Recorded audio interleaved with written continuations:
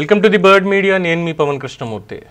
ఏంటి పవన్, ఏమన్నా కాస్త తల బిరుసుతనం పెరిగిందా, లేదంటే పొగరు బాగా ఎక్కువైపోయిందా? ఏంటి ఆ టైటిల్ ఏంటి, అదానీ రాజ్యాంగం ఇక అని చెప్పి పెట్టావేంటని చాలామంది అడగచ్చండి. With due respect to the constitution of India and to the judiciary system of India, ఈ టైటిల్కి నేను కట్టుబడే ఉన్నాను. ఎందుకంటే మొన్న ఒక మాట చెప్పాను కదా, వంతారాకి సంబంధించి మాట్లాడాం కదా, అలాగే ఇక్కడ కూడా వంతారా ప్రకటన ఏదైతే ఉందో దాంట్లో గౌరవ కోర్టు వారు ఇచ్చినటువంటి తీర్పు ఏదైతే అందులో ఉందో, సిట్టు వారు ఇచ్చినటువంటి ఆ ప్రకటనని లేదంటే నివేదికని మేము స్వీకరిస్తున్నాము. ఇంకొకసారి ఎవరో దీని మీద మాట్లాడినా, ఇటువంటి వాద్యాలతోటి కోర్టుకు వచ్చినా అవి పూర్తిగా నిషేధం అన్నారు చూసారా. అలాగే ఇక్కడ అదానీ వారికి సంబంధించి ఏమైనా మాట్లాడితే కూడా నిషేధం విధిస్తారు, టేక్ డౌన్ ఆర్డర్స్ అనేది ఇచ్చేస్తారు. ఢిల్లీ జిల్లా కోర్టు, డిస్ట్రిక్ట్ కోర్టు ఇచ్చినటువంటిదండి. వీళ్ళేం సుప్రీంకోర్టుకి ఇంకో దానికి కూడా వెళ్ళలేదు. డిస్ట్రిక్ట్ కోర్టు ఇచ్చినటువంటి ఆధారాలు, వాళ్ళు ఇచ్చినటువంటి తీర్పు ప్రకారం అనేక మంది సీనియర్ జర్నలిస్టులు, కంటెంట్ క్రియేటర్స్, అలాగే మీడియా హౌసెస్, వీటికి సంబంధించి మొత్తం అంతా కూడా కంటెంట్ని క్లియర్ చేయాలి. దాదాపుగా 138 యూట్యూబ్ లింకుల్ని, 83 ఇన్స్టాగ్రామ్ పోస్టులని కూడా తొలగించాలి అంటూ కేంద్ర ప్రభుత్వం ఆదేశించేసింది. డిస్ట్రిక్ట్ కోర్టు ఇచ్చినటువంటి ఒక తీర్పు ఆధారంగా ఒక పరువు నష్టం దావా కేసు వేసింది అదానీ ఎంటర్ప్రైజ్ లిమిటెడ్. గతంలో వేసినప్పుడు ఇలా మా పరువు తీసే విధంగా వ్యాఖ్యానిస్తున్నారు. అంటే ఏంటి, ఇప్పుడు ఆంధ్రప్రదేశ్ పౌరుడిగా, ఆంధ్రప్రదేశ్కి చెందినటువంటి వాడిగా అదానీకి సంబంధించి ఏదైతే కార్యక్రమాలు నడుస్తున్నాయో, ఏదైతే గంగవరం పోర్టు ఉంది, గంగవరంలో ప్రభుత్వ వాటాను జగన్మోహన్ రెడ్డి అయినకాడికి 10.49% ఉన్నటువంటి వాటాని అమ్మేశాడు. 700 కోట్ల చిల్లర ఎంతో. ఆ 700 కోట్ల చిల్లర ఆంధ్రప్రదేశ్ ప్రభుత్వానికి దఖలు పడిందా లేదా అన్నటువంటి విషయం కూడా ఈ రోజుకి మనకు తెలియదు. ఈ కూటమి ప్రభుత్వం కూడా బయట పెట్టలేదు. అదానీ డేటా సెంటర్, సరే ప్రభుత్వ కార్యకలాపాలకు సంబంధించి డేటా సెంటర్లు పెడతారా, పెట్టుబడులు పెడతారా, ఏదో ఒకటి. కానీ ఆంధ్రప్రదేశ్లో ఉన్నటువంటి పోర్ట్లన్నీ కూడా, ఇంకా మాట్లాడితే భారతదేశంలో ఉన్నటువంటి పోర్ట్స్ అన్నీ కూడా అదానీ పోర్ట్స్ కింద ఎందుకు ఇవ్వాలి, అదానీకి మాత్రమే ఎందుకు ఇవ్వాలి అనేటువంటి దాని మీద ప్రశ్నిస్తే నేను ఒక యాంటీ సోషల్ ఎలిమెంట్ అయిపోతాను. నేను ఇది ప్రశ్నించకూడదు, అదానీ గురించి అసలు మాట్లాడకూడదు, వ్యంగ్యంగా అయినా సరే మాట్లాడకూడదు. ఇది గౌరవ కోర్టు వారు ఇచ్చినటువంటి ఉత్తర్వులు. దీంట్లో ప్రసార మంత్రిత్వ శాఖ కావచ్చు, మిగతా వాళ్ళు కావచ్చు ఇచ్చి ఢిల్లీ కోర్టు ఇచ్చినటువంటి గ్యాగ్ ఆర్డర్ ఆధారంగా ఎవరెవరికి ఇచ్చారు, MIB, ministry of information bureau, ప్రసార మంత్రిత్వ శాఖ, పలువురు ప్రముఖ జర్నలిస్టులు ఎవరు ఇందులో ఉన్నటువంటి వాళ్ళు, Dhruv Rathee, news laundry, Ravish Kumar, the wire, HSW news వంటి మీడియా సంస్థలు, జర్నలిస్టులు, క్రియేటర్లు, వీళ్ళందరికీ కూడా ఇచ్చి మీరు తీసేయాల్సింది. అంటే వాళ్ళు చెప్పింది అదానీ గురించి ఏమైనా మాట్లాడారు అని చెప్పి వాళ్ళ ఏదైతే సెన్సార్షిప్, మీడియాలో మా గురించి మాట్లాడకూడదు. ప్రొఫెసర్ నాగేశ్వర్ గారి మాటల్లో చెప్పాలి అంటే సెన్సార్షిప్, ఇది అదానీ సెన్సార్షిప్ అండ్ మీడియాలో అదానీ గురించి మాట్లాడకూడదు. మీరు చూస్తూనే ఉన్నట్టు కావాలంటే ఈ వీడియో మీరు చూసి కాస్త వైరల్ అయిన వెంటనే అదానీ నుంచి మా వాళ్ళకి కూడా కాల్ వస్తుంది, ఈ వీడియోని కూడా లేపేస్తారు. అందుకే నేను స్టిక్ అయినటువంటిది ఏంటంటే అదానీ రాజ్యాంగం అని అందుకే అన్నా. ఎందుకంటే భావ ప్రకటన స్వేచ్ఛ అనేటువంటిది కూడా ఉంది మనకి. ఆ భావ ప్రకటన స్వేచ్ఛ దేనికి, అదానీ అవినీతిపరుడు అని నేను అనలేదు, అదానీ మోసాలు చేసి సంపాదించాడు అని నేను అనలేదు, అదానీ దొంగ పనులు చేసి సంపాదించాడు అని నేను అనలేదు. ఎందుకంటే దానికి నా దగ్గర ఆధారాలు లేవు, ఆయన కూడా అలాంటి పనులు చేసినట్టుగా ఎక్కడ కనిపించలేదు. బట్ ముంద్రా పోర్ట్ ఏదైతే ఉందో అది అదానీ వాళ్ళది, అదానీ పోర్ట్స్లో ఉంది. ఆ అదానీ పోర్ట్స్కి సంబంధించినప్పుడు విజయవాడ ఆసీ ట్రేడింగ్ సెంటర్ ఏంటి, దానికి సంబంధించి మాచవరం సుధాకర్ ఎవరు, అక్కడి నుంచి ద్వారంపూడి చంద్రశేఖర్ రెడ్డి ఎవరు, అక్కడి నుంచి బాంబేలో ఉన్నటువంటి వాళ్ళు ఎవరు, అక్కడి నుంచి ఢిల్లీకి, హర్యానాకు ఉన్నటువంటి వాళ్ళు ఎవరు, ఈ డ్రగ్స్ ఏంటి, ఆఫ్ఘనిస్తాన్కి ఏంటి సంబంధం, ముంద్రా పోర్ట్లో మరి అక్కడ అధికార యంత్రాంగం వీళ్ళు ఎవరు లేరా, వీళ్ళకి తెలియకుండానే వచ్చిందా, లేదంటే ఇది సెంట్రల్ పరిధిలో లేదా, ఇది ప్రైవేట్ పోర్టా అని ప్రశ్నించాను అనుకోండి. ఎస్, ఇదంతా జరిగినటువంటి సీక్వెన్స్ కాబట్టి దీనికి సంబంధించి బయట పెట్టాలి. అలాగే మారిషస్కి సంబంధించి లేదంటే ఏదో మన వర్జిన్ ఐలాండ్స్ ఇవన్నీ ఉన్నాయి చూసారా, ఈ డబ్బు బలిసిన వాళ్ళు అక్కడికి తీసుకెళ్ళి మళ్ళీ డబ్బు వెనక్కి తెచ్చుకునేటువంటిది, నల్ల డబ్బు అక్కడికి తీసుకెళ్ళి తెల్ల డబ్బుగా తెచ్చుకునేటువంటి కార్యక్రమం. ఇందులో నాకు తెలిసి 2021-22 అనుకుంటా, ఇఫ్ ఐఎమ్ నాట్ రాంగ్, 21-22 ఒక సీనియర్ జర్నలిస్ట్ సమ్మన్ ఎవరో ఒక ట్వీట్ వేశారు.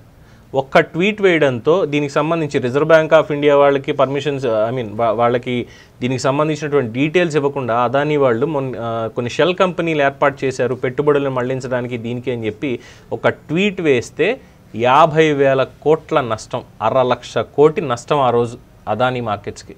సో ఆ తర్వాత ఇంకా చూస్తూనే వచ్చాం ఎలాగ ఎమర్జ్ అవుతున్నారు ఏంటి, ప్రపంచ కుబేరుడు అయ్యేటువంటి విధంగా, భారతదేశ కుబేరుడు అయ్యేటువంటి విధంగా ఏ విధంగా అయింది, అలాగే అదానీ ఫాల్ డౌన్ ఏ విధంగా గ్రాడ్యువల్గా పడిపోతూ వచ్చింది, దాదాపుగా 18-20 స్థానానికి ఎంత దాకా పడిపోయాడు అనేది కూడా చూసాం మనం. సో ఇలాంటివన్నీ మాట్లాడి ఇందులో వాస్తవాలు ఏంటి లేదంటే కంపారిజన్ ఏంటి అనేది ఇలాంటి వీడియోలు కూడా చేయకూడదు, ఇలాంటి ఆర్టికల్స్ కూడా రాయకూడదు. సో ఆ భావ ప్రకటన స్వేచ్ఛ ఇచ్చిన దాని ప్రకారం ఇలాంటివన్నీ కూడా చెప్పడం, అయ్యా ఇగో ఇలా జరుగుతుంది ఏంటిది, నా రాష్ట్రం గురించి నేను అడగకూడదా, అదానీ పోర్ట్స్ అన్నటువంటి పాయింట్లో నా గంగవరం పోర్ట్ అదానీకి ఎందుకు అమ్మేశాడు జగన్మోహన్ రెడ్డి అని చెప్పి నేను అందుకు అడగకూడదు. రాజ్యాంగం నాకు ఇచ్చినటువంటి హక్కు అది ఒక పౌరుడిగా, ఎందుకంటే నేను కట్టినటువంటి పైసా అయినా సరే, పన్ను పైసా అయినా సరే దాంట్లో ఉపయోగపడిందని నేను అంటా. సో ఖచ్చితంగా నాకు ఆ రైట్ అనేది ఉంది.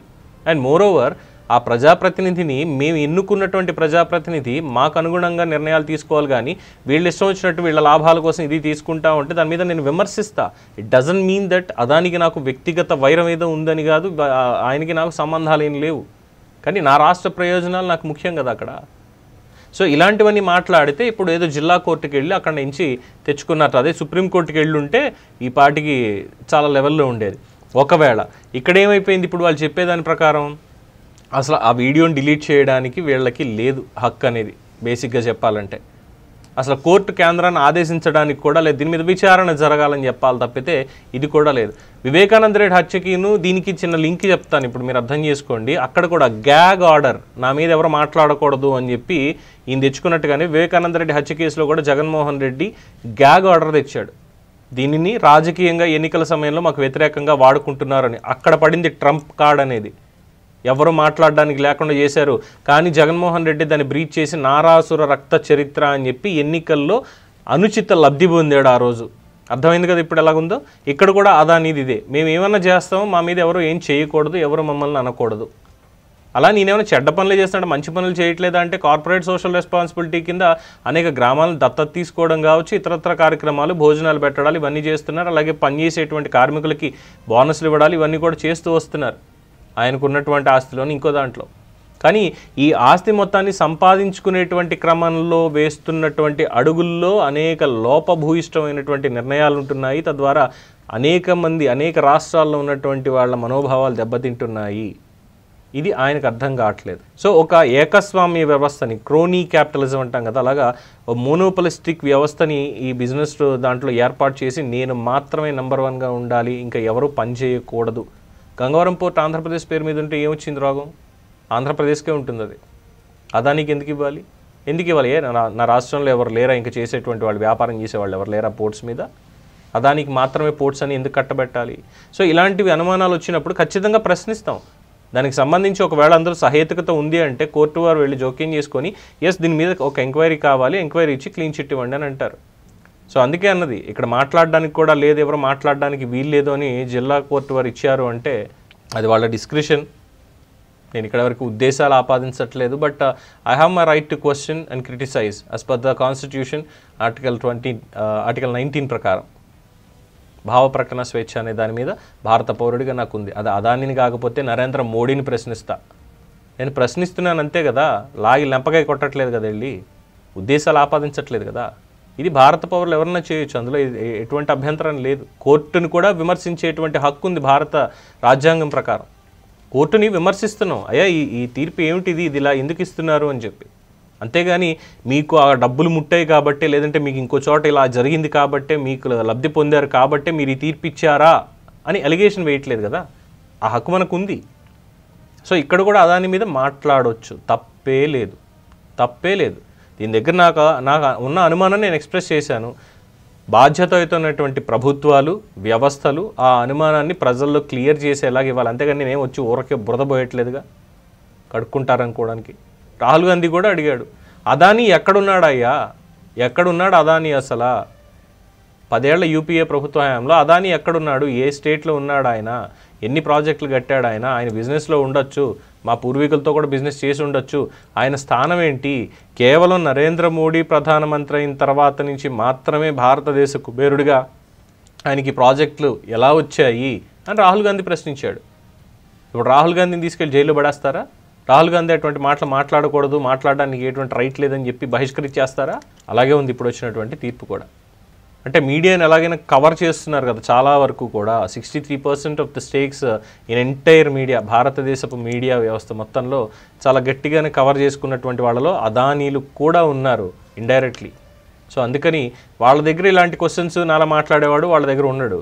బయటకు వచ్చి మాట్లాడుతూ ఉంటే ఇగో ఇలాంటి కేసులు వేస్తారు, జీవితాంతం కోర్టుల చుట్టూ తిరగండ్రా అనేలాగే తిప్పుతూ ఉంటారు. ఏదో నేనన్నా చచ్చిపోవాలి, వాళ్ళ తరాలు మారిపోయాను వెళ్ళిపోవాలి, లేదంటే ఏదైతే విచారణ జరుగుతుందో కోర్టు ఇప్పుడు ఈ వ్యవస్థ కాదయా దీన్ని కొత్త వ్యవస్థకు మారుస్తామని చెప్పి వాళ్ళన్నా మార్చుకోవాలి. అంతే తప్ప ఇలాంటి డబ్బు జబ్బులు బాగా చేసినటువంటి వాళ్ళకి ఏదన్నా సాధ్యమే. మీరేమంటారు? మీ అభిప్రాయాన్ని కామెంట్స్ రూపంలో తెలియజేయండి. చూస్తూనే ఉండండి ది బర్డ్ మీడియా. ఈ వీడియో కనుక మీకు నచ్చినట్టయితే లైక్ చేయండి, షేర్ చేయండి, సబ్స్క్రైబ్ చేయండి. అలాగే పక్కనే ఉన్న బెల్ ఐకాన్ని క్లిక్ చేయండి.